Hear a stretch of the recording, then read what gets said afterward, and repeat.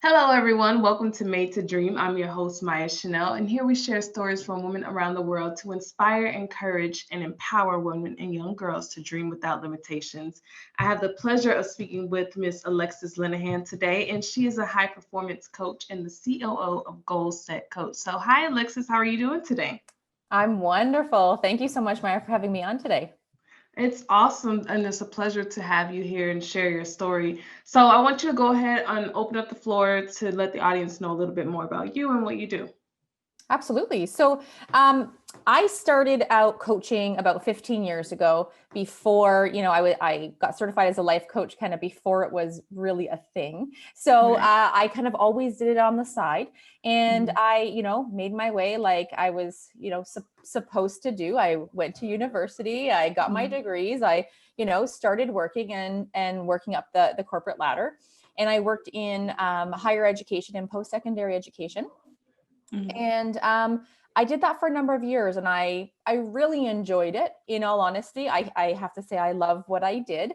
Mhm. I loved working with people. I loved working in a team, leading a team, and I always did the coaching on the side. And Mhm. then, life changes as it does, and I got Yes. married and started having kids.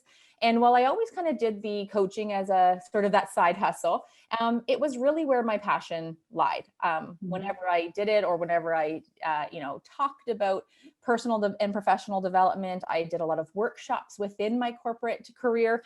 Um, it was really just where I loved being. So Mhm. after my second son, I decided, that corporate lifestyle wasn't giving me the lifestyle that I wanted for myself and for Mhm. my family. So I Right. took the leap and went full time with my coaching career, and here we are today. So now I coach both one-on-one, and with my partner Maureen. We also have a group, high performance group coaching that we also do.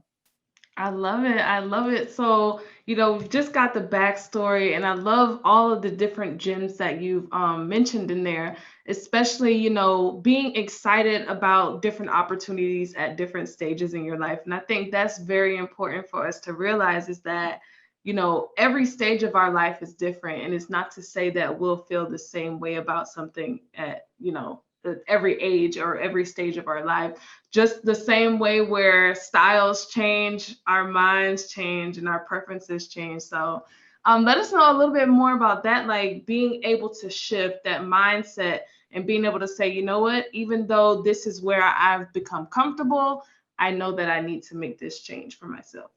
Yeah, absolutely. And I think this is where a lot of people get stuck. And I was definitely there myself. So, out of, I have a master's degree in psychology. And out of that, I started, like a lot of us, a Mhm. mountain of school debt. And I thought, okay, I need to start working to sort of pay some of that off. And I saw a posting for a college professor. And I was qualified. I had what I Mhm. needed. So I thought, you know what, I'll do this for a few years, just to start paying off. And my plan was always to go back to get my PhD and Mhm. go down the sort of the psychologist route. And I never thought it was going to be a long-term thing, but I absolutely loved teaching.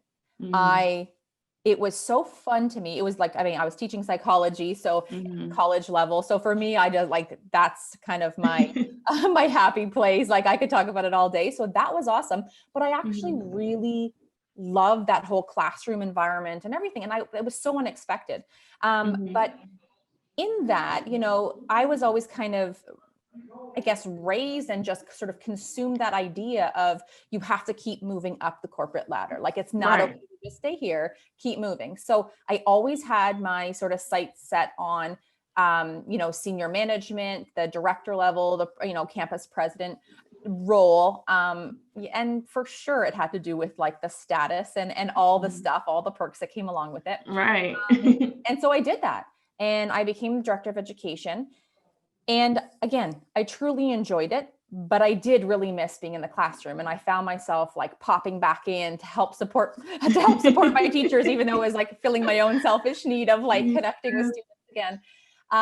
And I did that for a few years. And like I said, I did enjoy it. I was really good at it. But then, like I said, when I kind of got sort of moving up through the ranks and more responsibility. And then I started having my own family. And when I was single was when I sort of started in that director role. It was great because I could devote all the time I needed. I didn't have a ton of other responsibilities. No one's counting on me to make their lunch every day, keep them alive. So it was good and it worked. Then I started having kids, like I said. And when I realized I went back to work after my second son, who was 1 at the time. I lasted about 4 days. And I thought, this is not what I want to be doing. Right. But it was hard, right? Because I thought, geez, I worked so hard and I'm here. Like I'm here where I wanted to be 5 years ago. Here I am. Why is this not good enough? And it took me a little while, but I kind of came to that realization that my family, the life that I want to create, does not revolve around my job title. And even though I enjoyed that position, I missed teaching. And so I quit. I went back for 4 days. And on the 5th day, I was like, this isn't working for me. So before you start letting, my replacements go and everything, because there's always that transition period. Right. I said, you know what, it's not working. I had a 2-hour commute every day. So I was leaving before my son woke up. I was getting home basically to maybe feed him dinner and put him to bed. And so I took a step back and I decided, well, I still, have to work. So I went back to teaching and I got another job at the college. And the number of people that said to me, oh, well, that's great. But isn't it kind of a step back? Like you were teaching, like you were a prof and then you moved up and I got stuck in that loop for a little while. I already quit, so it didn't matter. And I already got this job. So I was stuck here, but that kind of in my own head for a long time. But then I realized that other people's opinions of the direction that I'm taking their life, my life, is none of their business, is none of at all. Right? I think that's what we get caught up sometimes, is that we make decisions that are for us, but looking out on the outside, everyone's like, why would you do that? But they don't understand your circumstances and how your decisions are benefiting your life and not theirs. Absolutely. And now looking back, and I have to say, I was stuck in that kind of way of thinking for a few months. Even while I was teaching, I was like, oh, was that the right thing? Should I have done it? Should I have just stuck with it? All of these things. But then now I look back, that was 2 years ago. My first son is in grade 1. So for the 2 years of kindergarten, I was able to drop him off every morning, kiss him goodbye. I was able to pick him up. I was able to visit, I could be at every Christmas concert. I was able to go on school trips. I was able to go to the soccer games. Those things I would not have been able to do had I stayed in the other position. And what's more important, right?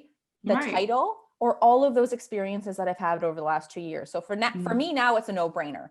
And I've kind of worked through that myself.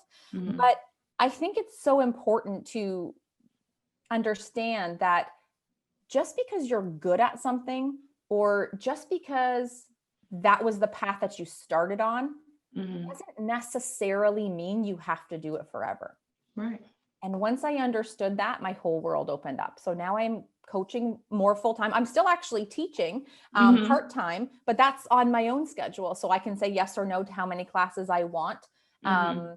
And it's working really, really well. And I'm deciding to keep that because I really enjoy it, not because I have to do it. I think the good part about teaching in college is that you really get to kind of choose those time slots in a way. And it's not like a full workday schedule. So that's the beauty of that. So how would you say your definition of success has changed from that time, your single career where you were moving up the ladder to now in your life? That's such a good question. When sometimes I think we think that definition of success is the same for everyone. Right. And until you really look, that's such a good question to think about it. I love it. Yeah. So what I was saying before about that status.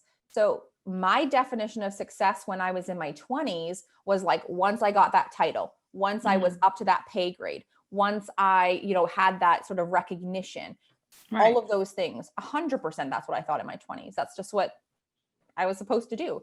And that's how I should measure it. Right. Now in my let's just say 30s, in my late 30s, uh, my definition of success is so different. And I measure it based on my happiness. Mhm. I measure it based on um, how the experiences that I'm able to have in life Mhm. and my connections with my family, with my friends. And that's not how I would have measured it, 10, 15 years ago. But Mhm. I look now, if what I'm doing professionally allows me to live the life I want personally, that to me is success in my books. Right. I think that's, a key aspect right there. Like I tell people all the time, one of my biggest deciding factors into the place that I am now was considering lifestyle. I tell people all the time I was pursuing a career as a surgeon, a pediatric surgeon, and I was always asking my mentors, what is the career like? What is the job like? What is the everyday life of that job? But when I started thinking more about what is the lifestyle like, because it's not like I'm going to be, single forever. Eventually I want to be a mother. Eventually I want to be able to have a family and be able to spend time with that family. Mhm. Will this allow me to do that and have that lifestyle that I'm shooting for and I'm aiming for? So I think if we think about all of those things, think of how we can match all of that together and find a way to make that work. I think everyone would be happier in their career paths. Absolutely. And when you really realize like how short life is, and you Yes. understand that it's about the journey and not like the destination is 6 feet under. Do you know what I mean? Like that's the end of the Honestly, journey. So I'm what not am I going to say when I reach that point? Like, okay, all I did yeah, was work all day. Like, yeah. I want to be able to say I traveled, I did this, I did that. Like I Mhm. tell people all the time, if you want to create a magazine, do it. You only have one life to live, do it. I know we like to say, you know what, in my past life, I was this and I was that, but in this life, let's talk about this life. What do you want to achieve? What do you want to accomplish? Absolutely. I was blessed enough. When I was in my early 20s, I worked at a hospice. I volunteered at a hospice and then I worked there for 2 summers doing events for them. Hmm. And in my volunteer time there, I met this man. He was our very first resident, Frank, and he was 91 years old. And Wow. I had some great chats with him. So as the volunteer, I just went in like so in a hospice setting, these people are, in the final stages of life. Hmm. What you often see is that for the most part, a lot of them have accepted it, and then most like, and the family are the people that are struggling. But Hmm. having conversations with people who are like right at the end of life, specifically Frank, that I remember, he was so content with his life. And to Hmm. learn that, like as a 21-year-old, to see that, like somebody who's lived a very long and very full life, and what's normally scary for a lot of people, he was like, I've done everything that I want. Like, there's not one thing that I can say, I wish I did that. He's like, Right. I did it all. I did the travel, I did the relationships, I tried multiple careers. We went wherever we wanted. We saved up and did the things we wanted to do. And Hmm. I remember thinking back then, like, I want this. Like when I'm 91 and Hmm. facing the final, days or weeks or months, I want to look back and be like, what a ride I had, like, not, oh my gosh, I don't want to live in regret. And Right. I got that lesson at 21 years old and it stuck with me. Like Hmm. it really like burrowed into my soul. So Hmm. and then since then I've had a number of things happen. My dad got really sick, and it was another reminder just of Hmm. how life can just change so quickly. Right. um but I held on to that conversation that I had, and I hold it close, and every time I feel Mhm. like I'm getting sucked into that rat race, or I'm getting sucked into other people's expectations of what I should do, not to say that I don't ever get sucked in, but I Mhm. don't stay there for very long. I Right. remember that conversation. I remember that promise that I made to my 21-year-old self to live life to the fullest. And when I'm commuting 2 or 3 hours a day and I'm missing out on my kids, soccer games, and I'm not able to do the things or be at the birthday parties or do the things I want because of my professional aspirations, then I need to have that conversation with myself. And that's exactly what happened that day. Right. So it's yeah, I think it's a really important thing to reassess all the time. Like, are you successful? And Right. it has nothing to do with your bank account, has nothing to do with your job title. Are you happy in life right now? Right. Just constantly reevaluating and reassuring yourself. Like I talk about vision boards all the time. Mm-hmm. Everything doesn't stay the same. It's okay to have this on your vision board 1 year and be able to like take it off and update it just because I've used the analogy all the time of if it's 2020 and you have a 2020 car on there, but your vision board, you're in 2023 now, are you still gonna go backwards to that 2020 car? So it's just like constantly updating things so that you're current with yourself and your feelings and where you want to be in life. Yep. So, um, being a high performance coach, what are some of the things that you look for in your clients or help them to achieve to reach those levels of success? Mhm. So the very first thing we always start off with, or try to start off with, depending on the situation, but is clarity, is really getting clear with Mhm. what you want out of life. What is working for you? What is not working for you? And Mhm. one thing we try and get all of our clients to sort of implement right away is that self-assessment. And I Right. think that's a key piece that a lot of people miss. Like, when was the last time you really assessed your last, 90 days? Mhm. When was the last time you assessed your last day? Like, how was today? What was great? What could I improve upon? Most of us don't take the time, but it's Right. those little things that are so instrumental to keeping us sort of tuned into what's really important for us. Mhm. And be able to recognize when something goes from great to not so great, Mhm. and not waste too much time there if it's not right for us anymore.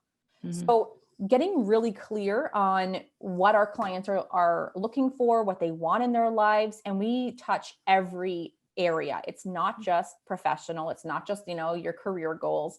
We Right. talk about your relationship goals, we talk about your health journey and your health goals. So, Mhm. like, the definition of high performance for us as high Mhm. performance coaches is, exceeding beyond those standard norms, exceeding beyond your peers while maintaining positive relationships and Right. optimal health. It's not, because anybody can kind of crush it in their career, but Mhm. then burn out Right. after a year or two of doing it, or excel and get to that top rank, but then Mhm. lose relationships along the way.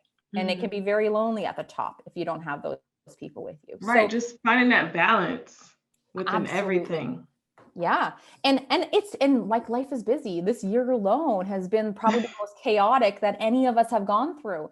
How do you Yes. remain balanced? How do you remain centered? It's Mhm. connecting to that clarity every day, connecting to your dreams every day so that you're staying focused, so that your Mhm. behavior is matching your thoughts.